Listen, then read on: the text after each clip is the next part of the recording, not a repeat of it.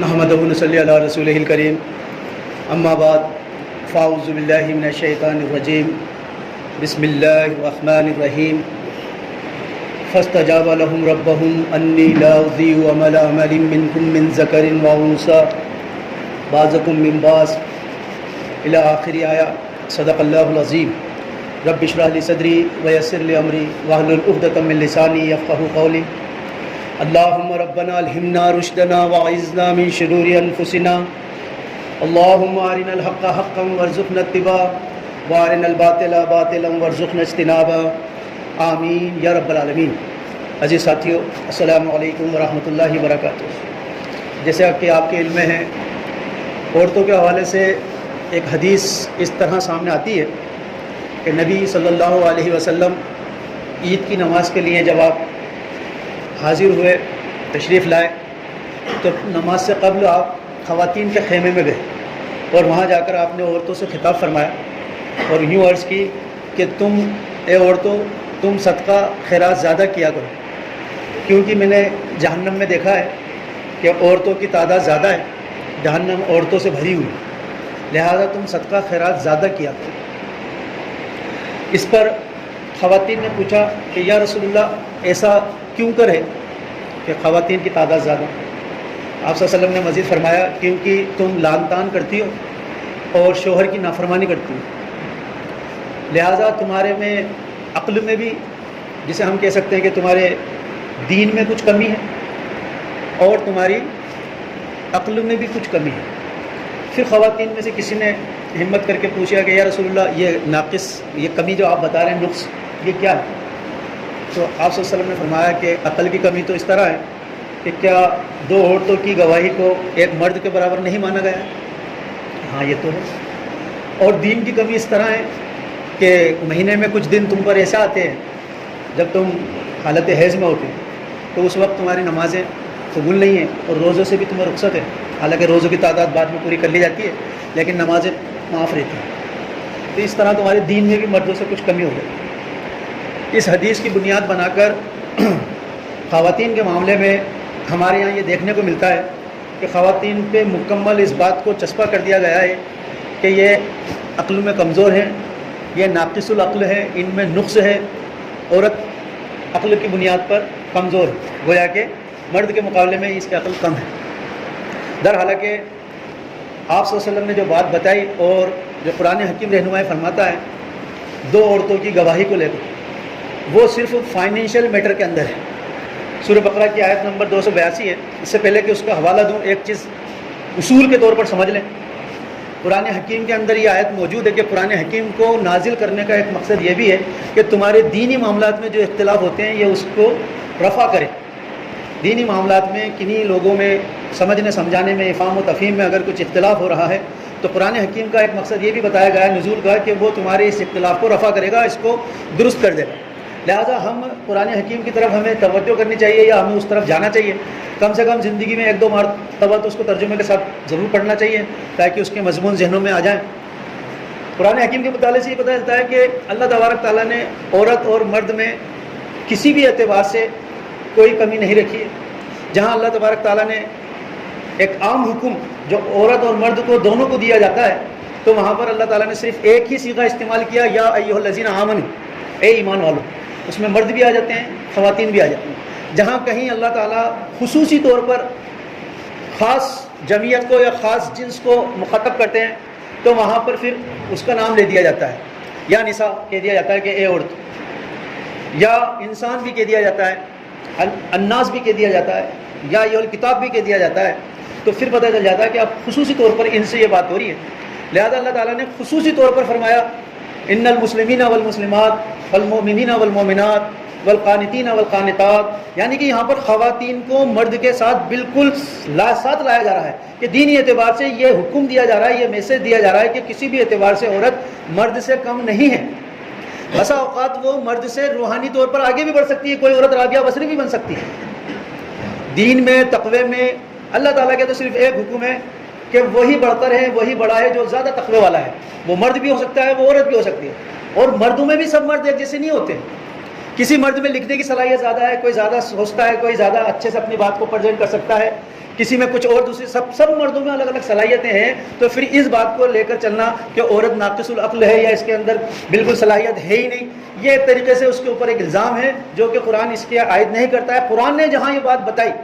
کہ کہاں عورت کی گواہی جو ہے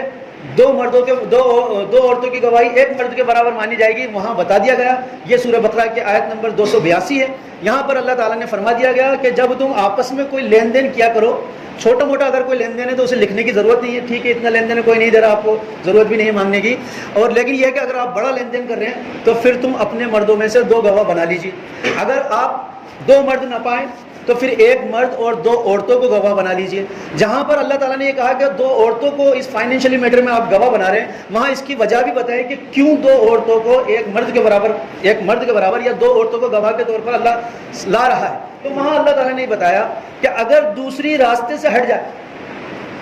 تو پہلی اگر راستے سے ہٹ جائے تو دوسری اس کو لے آئے، یعنی دونوں میں سے ایک اگر وہ راستے سے ہٹے، عورت اگر ایموشنلی طور پر مرد کے قبضے میں آ گئی ہے اور وہ گواہی کے ساتھ کچھ آگے پیچھے کر سکتی ہے، تو دوسری عورت اس کو توجہ فرماتے کہ نہیں دیکھو یہ آپ غلط کر رہی ہو، یہ معاملہ ایسا ہے، کیونکہ عام طور پر مرد عورتوں کے تابع ہوتی ہے اور ان کے اس میں آ جاتی ہیں، تو یہ بات بتا دی۔ لیکن اسی بات کو ہم ہر گواہی کی جہاں پر بات آتی ہے وہاں پر 2 عورتوں کی گواہی ہم مان کر چلتے ہیں کہ چونکہ قرآن میں وہاں آ گیا تو پھر وہ سب جگہ، لیکن ہم یہ بھول جاتے ہیں کہ وہاں پر صرف فائنینشلی اعتبار سے آیا ہے، اس کے علاوہ کہیں بھی عورتوں کو کمتر نہیں بتایا گیا۔ ہاں جسمانی ساخت کے اعتبار سے آپ کہہ سکتے ہیں کہ ان کے اندر فرق ہے، وہ فرق واقعی اللہ تعالیٰ نے رکھا ہے۔ 2 ٹیبلیں آپ ایک جیسی بنا لیں، ایک اگر آپ لکڑی کی بنا رہے ہیں دوسری آپ تھرماکول کی بنا لیں، دونوں پہ ایک کلر کر دیں، بالکل ایک سائز ہو ایک اونچائی اور دونوں کو رکھ دیں، تو آپ کو دونوں میں فرق نظر آئے گا، آپ اس کو چھوئیں گے آپ کو پتہ چل جائے گا کہ ان میں فرق ہے، آپ اسے بجا کے دیکھیں گے اس کا ساؤنڈ الگ ہوگا، اس کا میٹیریل الگ ہوگا، اس کا ویوہار الگ ہوگا، ہر چیز وہ تو اللہ تعالیٰ نے رکھی ہے، لیکن دینی اعتبار سے روحانی اعتبار سے اللہ تعالیٰ کہہ رہا ہے کہ من عمل عامل منکم من ذکر و انثی، جو کوئی بھی عمل کرتا ہے اچھے عمل چاہے وہ مرد ہو یا عورت ہو ہم اسے ضائع نہیں کرتے، تم ایک دوسرے میں سے ہی بنے ہو، تو ہم کیوں اس بات کو لے آتے ہیں۔ پھر اگر ہم گواہی کی بات کریں، گزشتہ ہفتے بھی اس پہ بات ہوئی تھی اور ایک عالم صاحب سے پھر ہماری بات بھی ہونے لگی، حالانکہ وہ بات اختتام پر نہیں پہنچی، لیکن پھر میں بتا رہا ہوں کہ قرآن حکیم کو نازل کرنے کا ایک مقصد یہ بھی رکھا ہے کہ اللہ تعالیٰ نے جب تمہارا دینی معاملات میں کچھ اختلاف ہو تو تم قرآن سے رہنمائی لے لیا کرو، اور قرآن کی رہنمائی سے 20 دلائل ایسے مل جاتے ہیں جہاں اللہ تعالیٰ نے عورت اور مرد کو یکساں رکھا ہے، ان کو جو حقوق دیے ہیں وہ حقوق ان کو دیے ہیں۔ ہاں یہ ایک بات ہو سکتی ہے کہ کسی کو رائٹس زیادہ ہیں تو ان کی رسپانسبلٹی بھی زیادہ ہے، کئی مقامات پر عورتوں کے رائٹ زیادہ ہیں تو ان کی رسپانسبلٹی ہے، مردوں کے رائٹ زیادہ ہیں تو ان کی زیادہ رسپانسبلٹی ہے، بچوں کے کچھ حقوق نہیں ہے تو ان کے لیے ان کے جیسا معاملہ ہے۔ جہاں تک جہنم کو عورتوں سے بھرنے کا معاملہ ہے تو اللہ تعالیٰ تو قرآن میں کہتا ہے کہ جو کوئی بھی نیک عمل کرے گا اس کی جزا دی جائے گی، اور جو کوئی بھی برے عمل کرے گا، سیئات کرے گا، برائیاں کرے گا، اس کو اس کی بھی جزا بالآخر مل کر رہے گی، خواہ وہ مرد ہو یا عورت ہو۔ تو کہاں یہ رہا کہ عورتیں زیادہ جا رہی ہیں؟ آپ یہ کہہ رہے ہیں کہ بلکہ میں یہ دیکھ رہا ہوں دنیاوی اعتبار سے کوئی سا بھی رزلٹ ہو، کسی بھی کلاس کا ہو، کسی بھی معاملات میں ہو، ہمیشہ لڑکیاں ٹاپ آتی، ہمیشہ لڑکیاں ٹاپ آتی ہیں، کبھی ایسا نہیں ہوتا کہ ایک بار لڑکے آ گئے ہوں، ہمیشہ لڑکیاں ٹاپ آتی، جس کو آپ کم عقل کہہ رہے ہیں۔ آپ یہ کہہ سکتے ہیں کہ بھائی لڑکے ہیں زیادہ باہر گھومتے ہیں، ان کو زیادہ موقع نہیں ملتا، لڑکیاں گھر میں رہتی ہیں، سارا فوکس پڑھائی پہ۔ آج تو لڑکیاں گھر میں رہتے ہوئے آپ نے ایسی چیز ان کو دے رکھی ہے کہ بنا ایک قدم گھر سے باہر نکالے ہوئے وہ سب کچھ کر سکتی۔ کنسنٹریٹ کا معاملہ ہے، عقل کا استعمال کرنے کا معاملہ ہے، بچیوں کے وہ بھی ساری چیزیں موجود ہیں، لیکن اس کے باوجود وہ جو ہے اپنا کنسنٹریٹ پڑھائی پہ کرتی ہیں تو وہ اس کے ریزلٹ لاتی ہیں اور وہ دکھتے ہیں۔ چلیے تو دینی معاملات ہے، اس کو آپ کسی طرح ڈینائی بھی کر سکتے ہیں، لیکن یہ گواہی کہ ہمیں جو بھی دین پہنچا ہے، جتنا بھی ہم تک دین پہنچا ہے، وہ قرآن تو خیر ہے ہی، لیکن احادیث مبارکہ کے ذریعے سے بھی پہنچا ہے۔ احادیث مبارکہ جو ہم تک پہنچی ہیں وہ صحابہ اکرام کے ذریعے سے پہنچی ہیں، لیکن انہی میں ایسی صحابیات موجود ہیں، امہات المومنات موجود ہیں، جن کے ذریعے سے ہزاروں حدیثیں ہم تک پہنچی ہیں، جیسا کہ حضرت عائشہ صدیقہ رضی اللہ تعالیٰ عنہ فرمائی ہے کہ حضور صلی اللہ علیہ وسلم نے یہ فرمایا۔ اس سے بڑی کیا گواہی ہو سکتی ہے کہ دین کے معاملے میں وہ یہ بات کہہ رہی ہیں کہ ہم یہ کہہ رہے ہیں، ہم اس بات کی گواہ ہیں کہ حضور نے یہ فرمایا۔ آپ کبھی یہ نہیں کہتے کہ کوئی دوسری عورت ان کے ساتھ کھڑی ہے، 2 عورتوں کی گواہی دیجیے، کہیں آپ نے کہا، بلکہ ہم تسلیم کر رہے ہوتے ہیں اور اس پر عمل کر رہے ہوتے ہیں۔ چلیے یہ تو کیسی بات ہے، سیرت کے واقعے سے ایک واقعہ میں آپ کو بتا دوں۔ ایک واقعہ، یہ بڑا ایسا واقعہ پیش آیا صلح حدیبیہ کے وقت کہ آپ صلی اللہ علیہ وسلم نے، جب آپ صلی اللہ علیہ وسلم کو روک دیا گیا اور صلح ہو گئی، صلح ہونے کے بعد آپ صلی اللہ علیہ وسلم نے صحابہ اکرام سے کہا کہ بھائی ہم یہیں پر ہی اپنے احرام کھول دیجئے اور اپنے جانور کو یہیں ذبح کر دیجئے۔ ایک صحابی بھی نہیں اٹھے، حضرت عمر بھی نہیں اٹھے، ابو بکر صدیق رضی اللہ تعالیٰ عنہ بھی نہیں اٹھے، کوئی بھی نہیں اٹھے، حالانکہ وہ اس نہیں اٹھنے کی وجہ سے زندگی بھر روتے رہے۔ دعا معافی مانگتے رہے کہ ہم سے یہ ہوا، ذرا سا توقف ہوا. نبی صلی اللہ علیہ وسلم کے بہت سخت گزرا وہ وقت،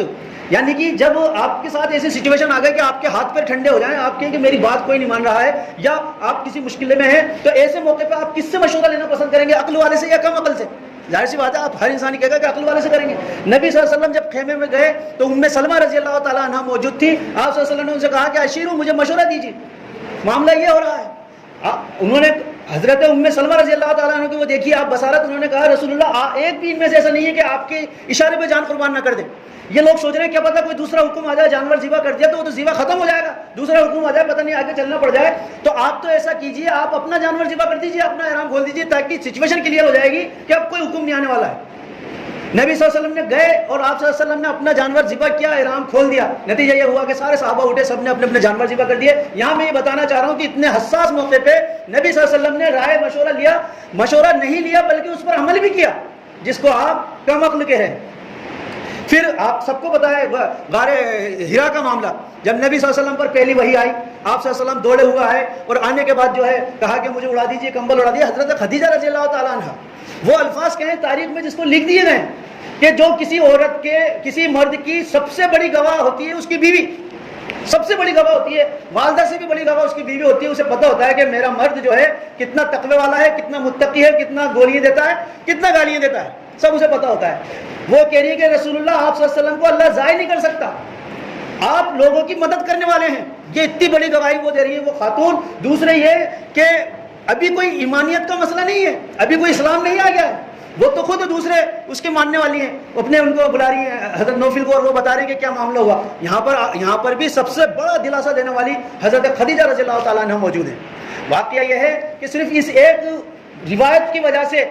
ہمارے یہاں یہ پوری بات پھیلا دی گئی کہ عورتیں کم عقلیں، جس کا نتیجہ ہمیں لامحالہ بھگتنا پڑتا ہے. آپ کتنی صفائیاں دیتے ہیں، صفائیاں دینے کی ضرورت ہی نہیں ہے، ہم تو مانے ہی بیٹھے ہیں کہ نہیں صاحب کم عقلیں. ہم تو اس کے بعد میں پھر